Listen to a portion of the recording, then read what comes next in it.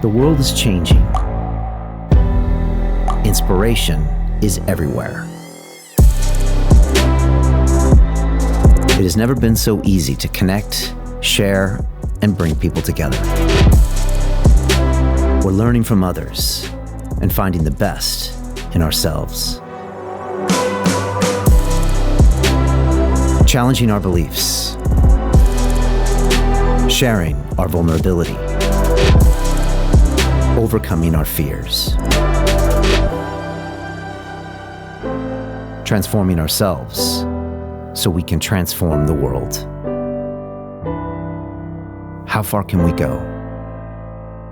This is London Real. I am Brian Rose. My guest today is...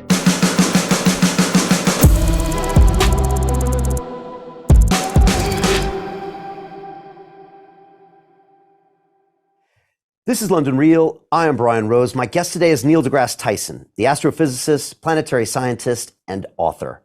For the last 30 years, you've dedicated your life to popularizing science in the mainstream media and are considered to be America's best-known scientist.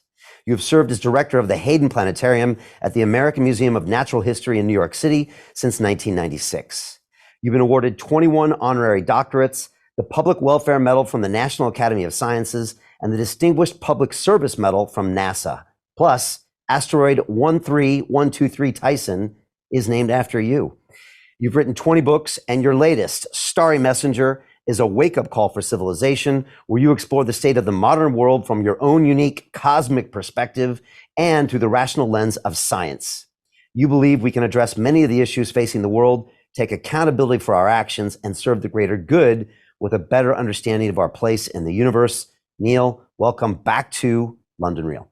Yeah, thanks. Thanks for having me. If I can make one or one and a half adjustments on that very flattering intro you offered me there. So one of them is, in case anyone was wondering, that asteroid with my name on it is a main belt asteroid. So its orbit does not cross Earth's orbit. There's no risk. You don't want the asteroid with your name on it to be the one that takes out the human species. Second, that the planetary scientist part of the ID there, that was on my wiki page that someone had put in. That was never true. I'm just a pure astrophysicist, and that's since been removed, duly removed. So I just want to update what you've got going there. I appreciate that. Yeah, never trust Wikipedia. Always check it. That's for sure. Neil, 9 years ago, you were actually on London Real when you were in town promoting Cosmos, which was your new series, I think on Discovery Channel. And I remember I went to a hotel room and I set up like 5 different cameras and we had an incredible conversation. And afterwards, as we took the picture, you put me in a headlock and that picture got immortalized in my TED Talk. And I actually just saw some copy that I wrote about you and I got to read it back to you because this was my first impression of you.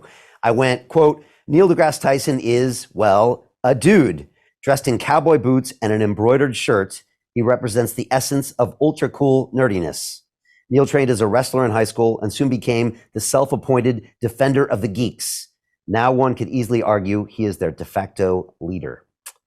And that's what I wrote. Do you remember wearing the embroidered? To put some of that in context, I think a lot of kids, or at least in my generation, you read comic books with superheroes and you kind of imagine yourself as a superhero, and you might wonder, what kind of superhero would you be? What would be your powers? And I grew up a geek, and at the time, before geeks ruled the world, which we kind of do today because we invent computers and things like that. But before that had happened, geeks were totally pummeled by bullies, right? With getting wedgied in the locker room, this sort of thing. And I was very physically able and physically fit. So I was a geek who could, if I wanted to, also kick your ass. So I imagine myself as a geek defender where, if there was a geek in trouble, you'd send up digits of pi into the clouds, right? Like the bat signal. And the more digits, the more serious the offense was. And I would just come running and save the day. I imagined this in my own mind when I was a kid. Well, I wish you'd been at my school because I was a proper science geek, Neil. I spent many weeks at actually the San Diego Science Fair, where I went to school in San Diego, and the science fair in San Diego is a big deal. And I went like 3 or 4 years in a row. And then later I went to the California State Science Fair. But I was the kid that was, programming Fortran when he was 13. And I loved the science lab. And, I actually would go to the planetarium at I think it's been renamed the Fleet Science Center at Balboa Park in San Diego. And this is back, must have been the late 70s, Neil.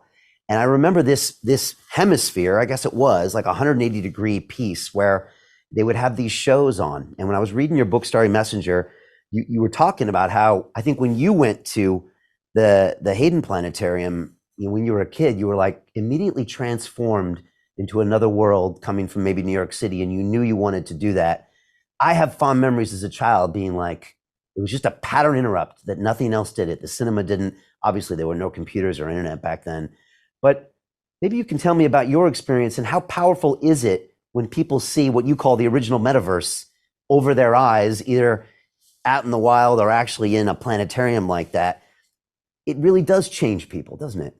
Yeah. So in my case, it led to my career, but Yeah. I think every one of us, dare I assert this, but I think it's almost completely true that every one of us remembers our first time in a planetarium experience because of how immersive it is and how think about it. You're more likely to remember something if multiple senses are engaged and you're completely engulfed by it, right? Whatever it is that's happening, that will be more likely to be remembered, and planetariums do that.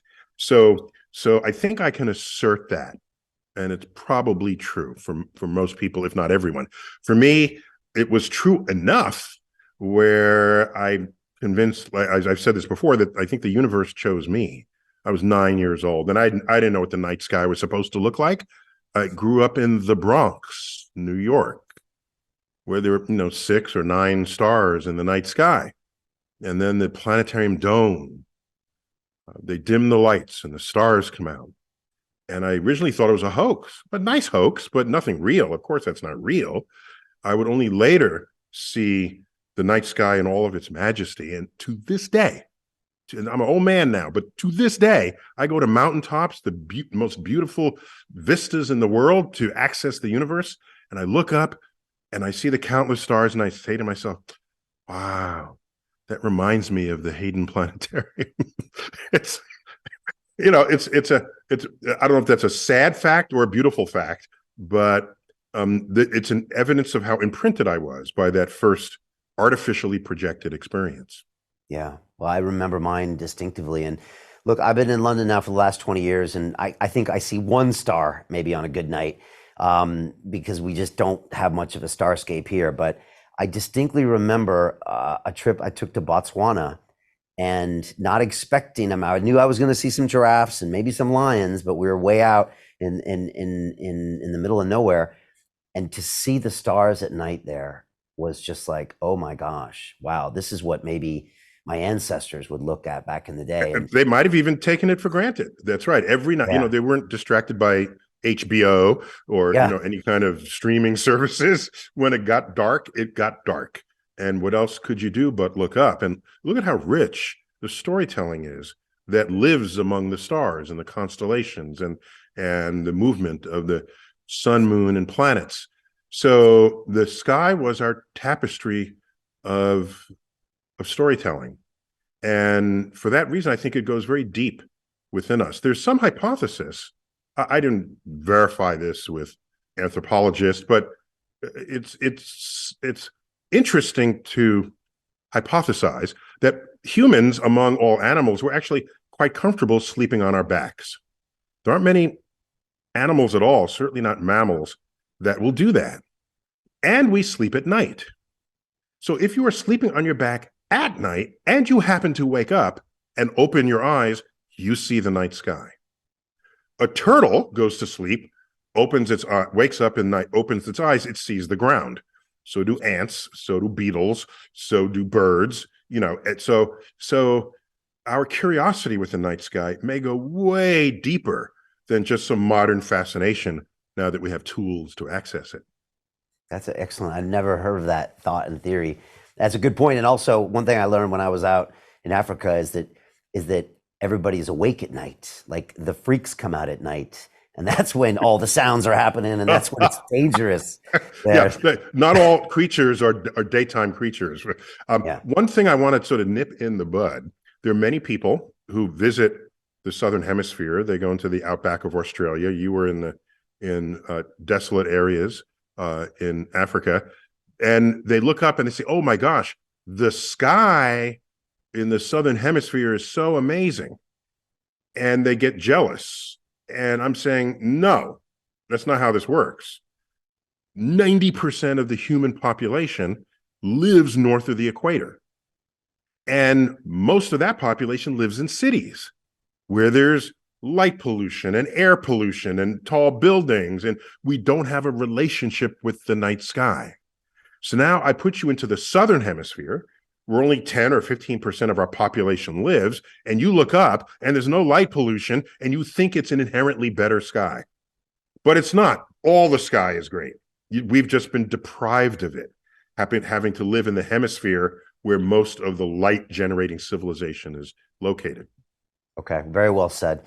And you believe that it's maybe one of the few things that can ultimately unite everyone in the world. Like it's something we have in common.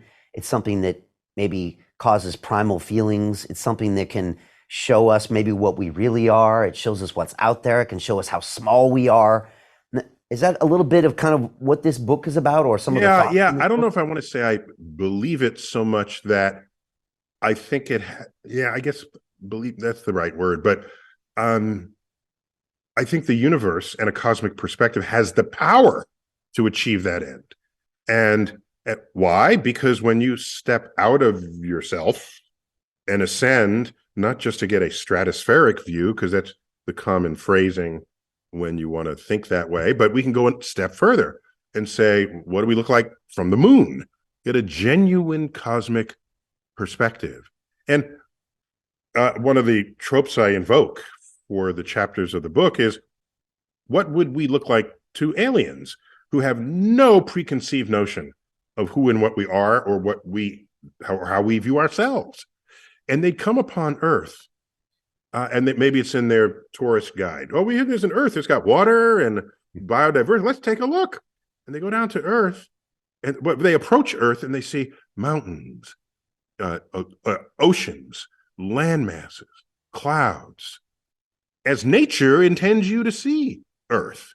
And then they get closer and they look in classroom windows and they see Earth globes in the back of the room that are color-coded. And they say, well, wonder what that's about. Oh, I know what it's about. We have demarked our landmass, our contiguous land masses, to know who your enemies are and who your friends are. Yeah, it was on the premise that, oh, this is geography. Well, no, it's the carving up of land masses that humans have done, the consequence of which, over time and over history, has been warfare, bloodshed.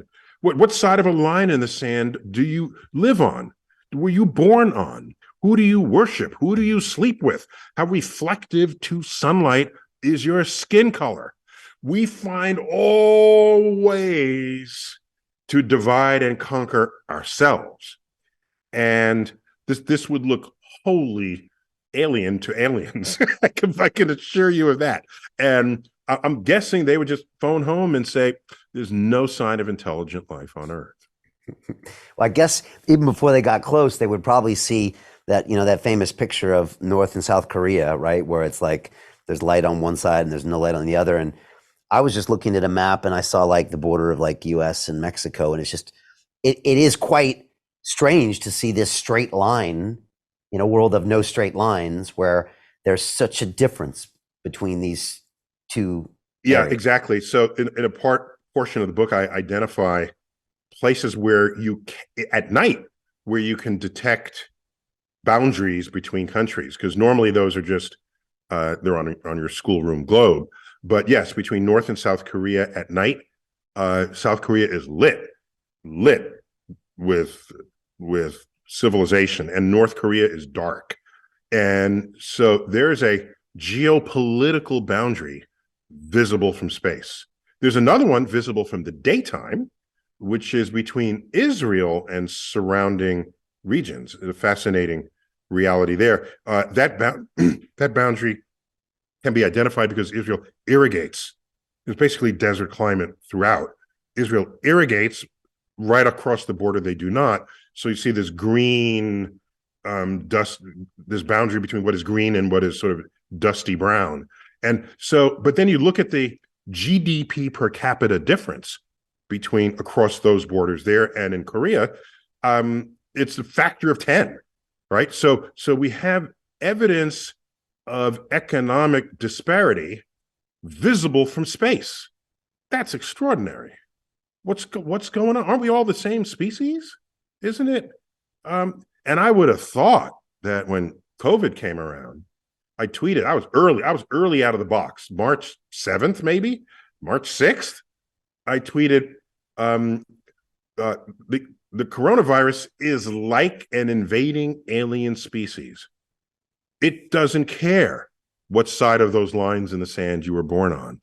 It only cares that you are human, and it is an enemy of us all, and it will require invocations of the methods and tools of science to combat it, and not magical thinking.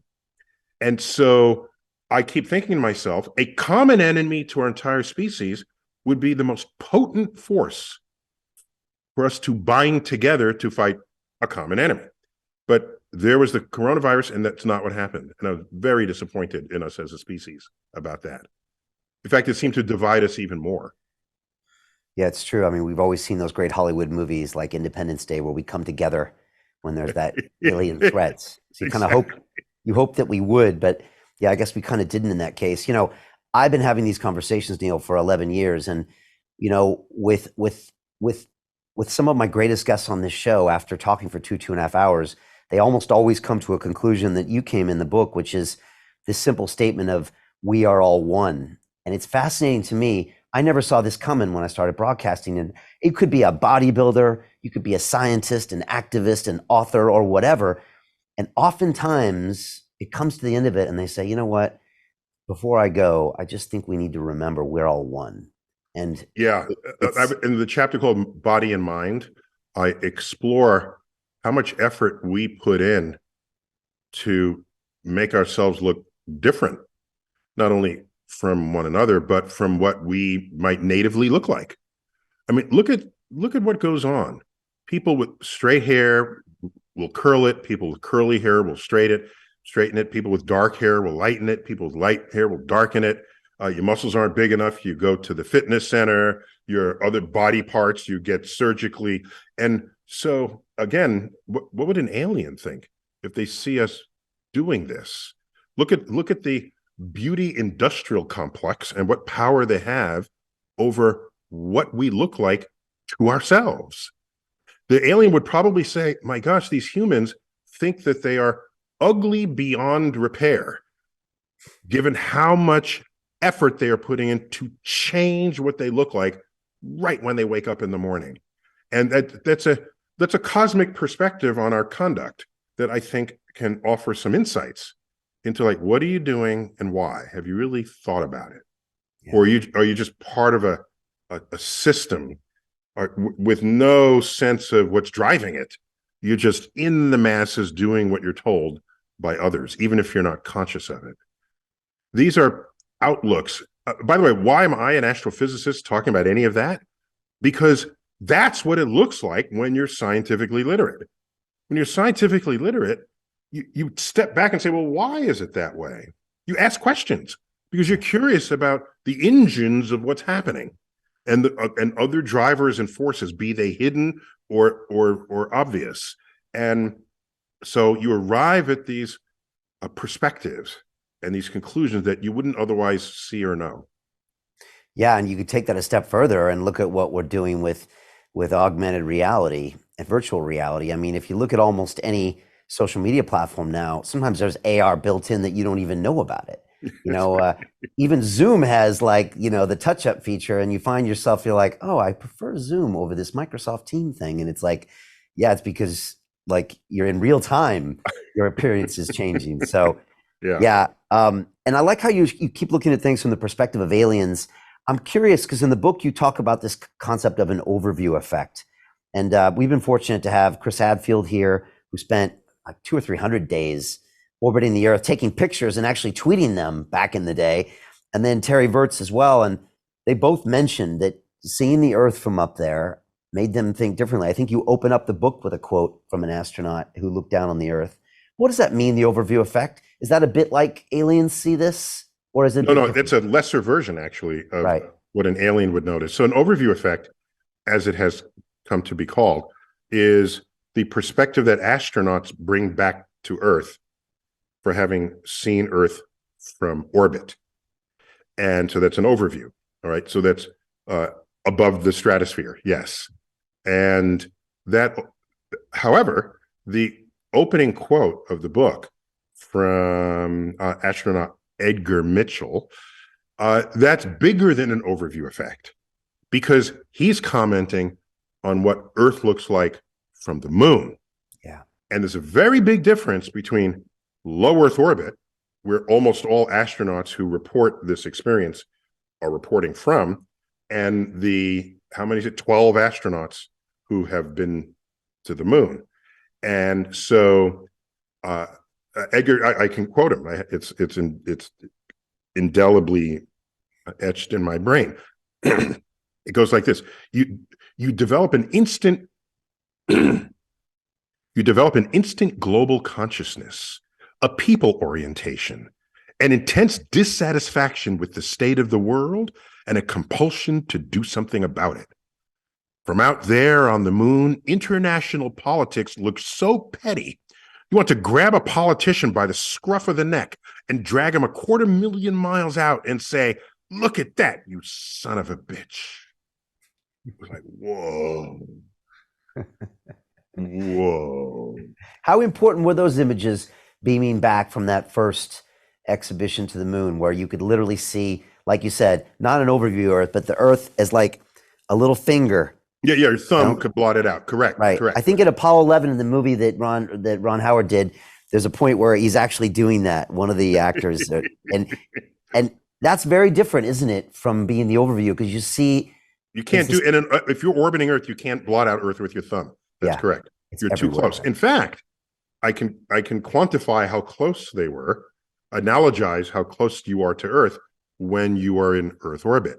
So if you, again, let's go back to our schoolroom globe, and you can ask, well, how high is the orbiting space station and the shuttle and all the places that they've gone relative to a schoolroom globe? And they went about 3/8, about a centimeter above Earth's surface. Okay. That's about how high they were orbiting. When we look at they're out in space, and people ask me, "You're an astrophysicist, do you want to go into space?"